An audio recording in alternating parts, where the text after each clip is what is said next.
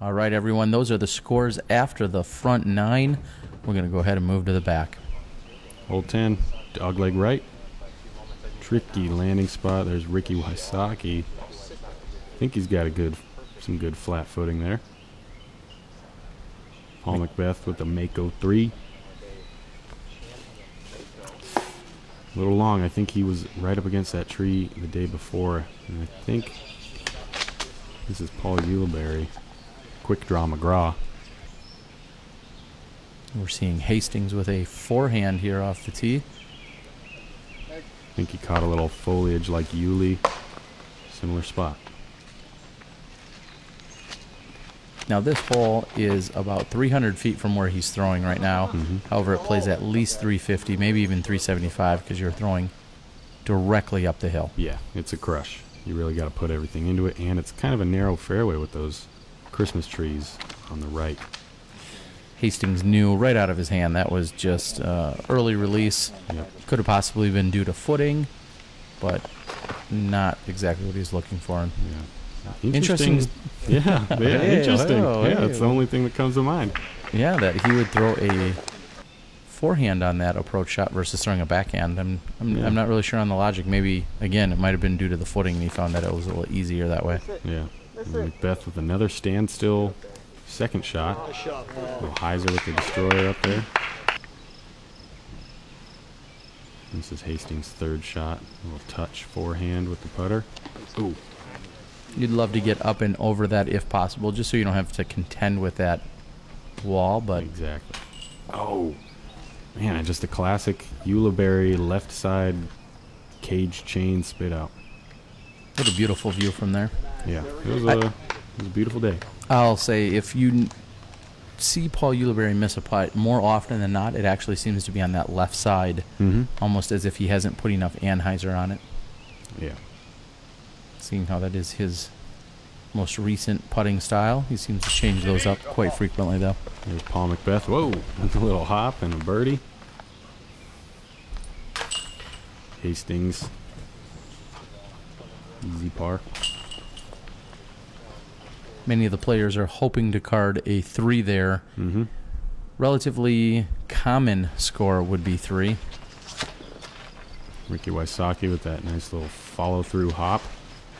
Quick tip if you're really trying to get more pop and distance on your drive. Try to work on a little follow-through forward through the tee pad. Yeah, make sure you're always following all the way around. You're trying to generate all that power and speed, and you should not be running up to the end of the tee pad and then just simply stopping when your hand or your arms come through. You want to make sure you follow. If you do a little spin off the end of the tee, there's nothing wrong with that. Yeah. And while we were talking, all these guys basically throwing their big old Heiser flip shots right out into the middle of the fairway. And Ricky took another forehand approach. Not a bad choice. He's trying to get it to sweep back into a left to right Heiser, but it didn't quite do that. Yeah, there again, I thought it would have made a lot more sense for him to throw just a regular Heiser down toward that gap. Yeah. You see Paul McBeth going on the right side. Oh, I think he kicked a little early. See a bunch of baby Christmas trees there. And some. What's your favorite Christmas morning or Christmas-related activity? Maybe not activity. How about Christmas morning-related memory? Christmas morning-related memory? That's a tough one. Stockings? You like digging through stockings? Yeah, digging through stockings is fun. I gotta say though, if someone like makes like a big old 60-footer, boom, that. And then like the in between basketball, crossover between the legs pickup on the disc. Even. Oh yeah, I did notice that when I was editing. That was subtle, but so those are style points. Yeah, folks. Style points for sure. I try to do the little behind the back, no look, right hand to left hand flip. No one, I just haven't gotten that many compliments on it yet. I guess I got to start doing the between the leg. Maybe it's just not quite as cool. Maybe it is. I don't know. We'll see. Yep. Paul McBeth, solo bird. Deja vu. Here we have hole 12. The danger of hole 12 is that you're just throwing on this gradual slope that goes from right to left downhill, and it's really easy to fade off and not really push up the hill to the right. It's easy to fade off, like you'll see these 1030, 1040 rated golfers doing.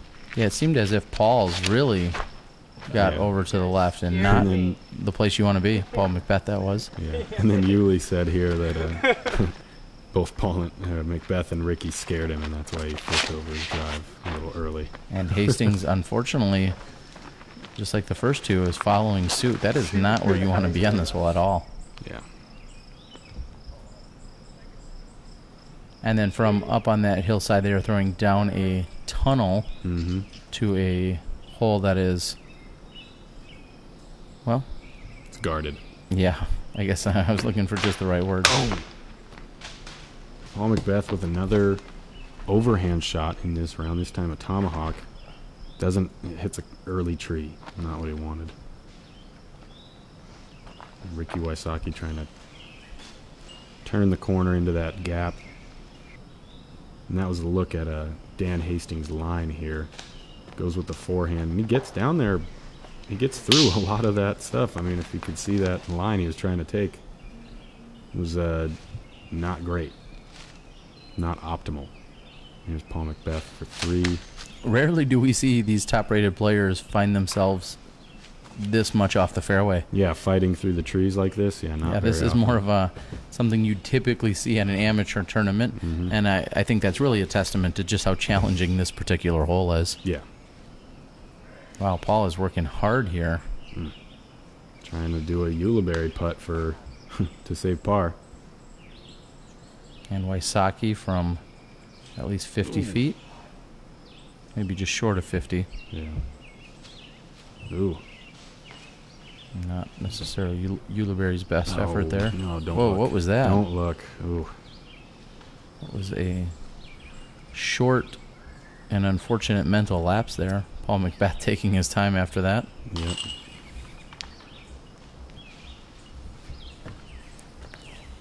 Looks like everybody else is going to clean up their putts. Yeah, Ulibarri, he was saying he threw his approach, and Paul McBeth told him that it was at the circle's edge. And Uli looks at me and says, well, here's the thing, Paul. Your circle's edge is like 50 feet or 60 feet. So, yeah. What am I going to do with that? Not exactly a stellar hole, especially when all of those players are more than capable of carding threes on that hole. Yeah. A couple pars, a couple bogeys. But shake it off.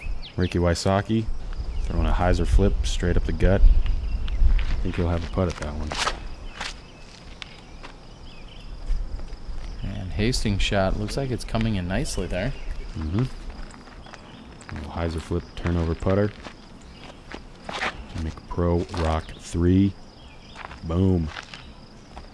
Get on in there. It's a tough shot. I mean, you can't really just throw it, feel good about it, and turn and walk away like a cool guy. You got to watch this one until it hits the ground. But it's probably going to hit a tree first. Yeah, if it doesn't hit a tree, and when it hits the ground, it's going to hit, skip, or roll, maybe hit a rock, get on edge. There's a lot of things that can happen on this hole. Yeah. Hastings with a very solid forehand approach there. Yeah, nice, very nice touch on that forehand. Something we could all learn. Here's McBeth. I think he's got an open look at the basket right here. It's approximately 38 feet, I would say. Something like that. Oh. Yeah. Missed A rare miss, yeah, by Paul McBeth. Yep. I did speak to him shortly after that. He had said he knew exactly what he did, and he was talking about his follow-through. And there he goes, trying to fix it as Ricky Wysocki gains a stroke on him. Said he was definitely concerned about making a slight adjustment so that he could get his putt dialed in. Most people, when you miss a putt, you think, oh, I just missed a putt. Paul McBeth misses so rarely that he probably knows exactly what he does on the few times he actually misses one. Yeah. And I'm sure. Yeah, I mean, we saw with the off-season videos, he practices so much that a lot of time to fix little errors like that, little tweaks. With that birdie, Ricky Wysocki has gone 2 for 2 in rounds 1 and 2. He's now birdied hole 13. Nice. Here's beautiful hole number 14. Doesn't get any prettier than that. No arguments here. Yes, because you'd be wrong. Yeah, that's why I'm not trying to argue with you on this one. Okay. Hastings. Oh. Coming up just so short. Just barely. Just barely. McBeth with the Thunderbird. Out of his hand, he was not necessarily happy with that shot. He was a little concerned about it, but... Really? Are you sure? I thought I heard him say, "Get in the way, basket," like he... No, okay. Now that you say that, yeah. I think he thought he misfired when clearly he hadn't. Great shot by Ulibarri, though. Yeah. This is Dan from the drop zone. I thought this was... Yeah. Right. Oh. I thought yeah.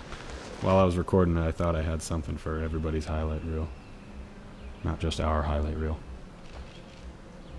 Boom. Paul starts walking in, gives him a little fist pump. Wow. That could be the putt of the year.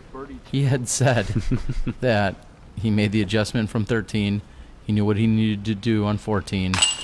And with the scores the way they were, he felt he needed to run that, even though there's water. If you miss that putt, you are almost for sure going in the water if you're putting on that much speed to get it there. Yeah. Here's Uli. Uli almost a little, I would almost say embarrassed, just knowing he just watched Paul can this huge putt. Right. Ricky makes a good putt, and I had posted a video of this on Instagram. I think I saw the and comments. A lot of people talking about how great and amazing the putt was by McBeth, and then Uli chimed in saying, "Yeah, and I missed my 20-footer." And I can just hear him kind of saying that with a little bit of a chuckle. Yeah, in his picking on himself. Yeah. What a gorgeous shot of one of the number of ponds that we'll find out here at the Maple Hill Golf Course. One of the many signature holes. This backdrop is actually hole 14 at a slightly different angle. Here we go, in the woods. Hole 15.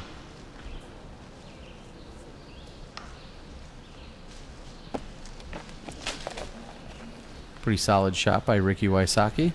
Yeah. McBeth with a Mick Pro Rock 3. Yeah, and I think he's got that shot dialed. Yeah, he talks about throwing straight shots, and many competitors, just like in ball golf, will say that hitting or throwing a dead straight shot is one of the most difficult things to do. Yeah. Yet, Paul does it with such ease. It looked like Hastings made it most of the way down the fairway and then just caught something at the very end. Here's Uli. Little skip in front of the basket, left. Oh, hey. Hey, Joe. Oh, that is one of our live cameramen from Smashbox TV, Joe Height. He was out there working incredibly hard all weekend thus far. Yeah. Really dedicated to his craft, too. It's really good to work with people who are that motivated. Oh.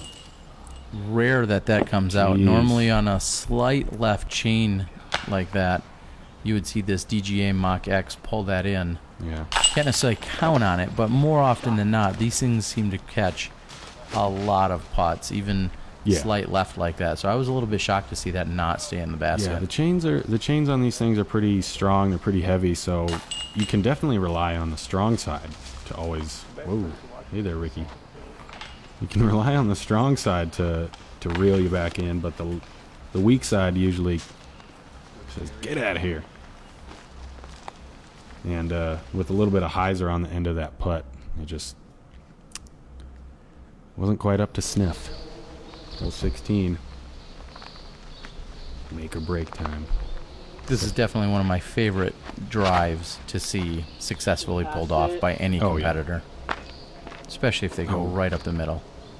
Yep, but if you go off to the left, run the risk of kicking left and flirting with ponds and marshes and whatnot.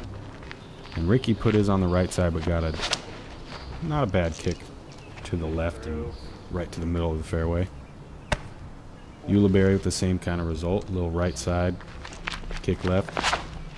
And Hastings looks a little low, but whoa, nice forward skip, a little redirect even off the skip.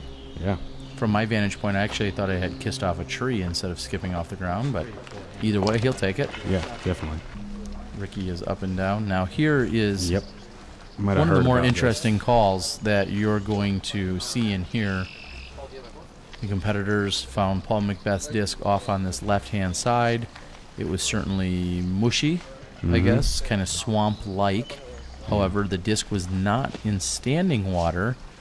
There was some mud and mush, and that's exactly what they're kind of looking at right now. And quite a discussion ensued. I'm not sure. Are we going to watch the entire 20-minute conversation or no? No, not really. We're just the condensed, just all the highlights. There was Ulibarri after he stepped off that rock. He tested the muck inadvertently. His caddy's trying to offer him a towel, but I think he left the mud on his ankles there, and it almost helped. It almost put it in for two. Here we have Hastings with the nice kick. Boom! Booyah! Yeah, great putt. Talk about taking advantage of a little bit of luck, kicking or skipping off the ground as he did. But then again, he piped it down the middle of the fairway, a little low, but right angles. And you may actually see here McBeth is going to putt more than once because due to the ruling and the uncertainty, I should say, he played it as if he was both inbounds and out of bounds. That's called playing a provisional. Yep, called provisional through 2 upshots, 2 putts. Man, when it was all said and done, little spoiler, they actually considered him inbounds after the tournament director took a look at it. Yeah, it was a little iffy spot in the whole inbounds, out of bounds. And when you have a situation like that, the benefit of the doubt goes to the player. And, next year there'll be probably some ropes or string up there, and who knows, they might have a few pieces of tape on them that say Paul McBeth. And ultimately the tournament director said, I take full blame for any of the confusion over there. That is something we should have addressed ahead of time, and we simply didn't. So Steve Dodge owning up to the slight mistake or oversight, I think would be the appropriate term there. Yeah. Well, these guys know how to handle hole 17. Pretty much just crank an Anheuser out there and go for the gap. Hastings with another beautiful little forehand approach. Ricky going with the jump putt upshot. Oh! Yeah, I think Uli just, at this point, he was ready to be done with the round. He kind of rushed that upshot a little bit. Do you think Paul McBeth was running that down because he thought he made it, or because he just couldn't see where it was going to land? I think probably right after it came out of his hand, first couple seconds out of his hand, he thought it had a chance, and then after that, he was like, oh no, it's coming up short. Where's it going to roll to? But it didn't roll anywhere. Whoa, Dan Hastings almost rolled somewhere, though. Careful. Simmer down now. Simmer down now. There we go. And the entire, correction, 3 out of the 4 in the group take the birdie 3. We're moving into the beautiful hole number 18. We're going to wrap this bad boy up. Boo. Heat to the ya. Hastings with the forehand. Not too many players throw forehand on this hole. You'll definitely see Joey Lutz throw forehand on this one, and Greg Barsby probably. There's Paul. Huge turnover shot. Yeah, but just running out of steam there at the end of the round, and it fades off into the Christmas trees. Not a bad shot by Ricky at all, but just a little low. I think a little lower than he really wanted to. And then Paul just underestimates the stability of his disc, I think. That's all I can assume. Fades off a little left, and he'll have a. I think he'll have to pitch out. Yep, there it is. Here's Ricky. Possibly a little deja vu to last year's final round, but this time he's got it. Got it down. And the crowd loves it. Dan Hastings with a forehand. Oh. When you come in high like that, more often than not, you're going to hit those trees, and those are short of the OB green. Rarely will you hit those trees and then still kick in bounds. But and so Paul McBeth was way in those Christmas trees, and he somehow finds some kind of line. I don't know if it was backhand, forehand, or what. At one point he had said, well, I could see the basket, so I figured I could get to it. I'm like, well, nice. That's a good way to look at it. Unfortunately, that's not always true, but ooh, Hastings trying to finish the round off with a huge putt there. Yeah. Ulibarri trying to do the same. Here we go. Paul McBeth in front of the gallery. Oh, yeah. Oh, yeah. Crowd loves it. I think he knows the crowd loves it too. And Ulibarri showing some amazing sportsmanship, having a less than awesome round, but yet given the congratulatory medium side five. McBeth after recognizing the solid round and putt. Hastings. Wysocki taps in. Hastings also had a little tester there, but he took care of it. All right. A couple tap-ins. I'm glad you guys could join us for round 2 coverage. We're excited that it is available for everyone in this condensed format. You see McBeth with a total score of 103 on the day. Yep. Ricky because are you pushing down to find it? I mean, it's going to be whatever water is. If it's in the water. I heard some discussion. I'll show you. Yeah, the fairway between leaks players and water into the area stuff, that where he was. Figured I'd try to poke I know exactly what you're talking about. The second culvert there. And it like leaks over there, and then all that's kind of what they're talking about is the OB ruling. Which I did. Right by his and Steve Dodge, as I said, went down there to take a look at it himself, and then ultimately let's go look at that. ended up calling Paul McBeth safe. I won't upload anything. I'll just wait. Just give me a call. Jeff Lagrasso. We're just going to go down. And I apologize for the marshal trying to get rid of it. I told him that may be the one outfit that's louder than he is. It would. As a very helpful gentleman and very loud and gregarious. And we used to make it throw over. It was a lot of fun.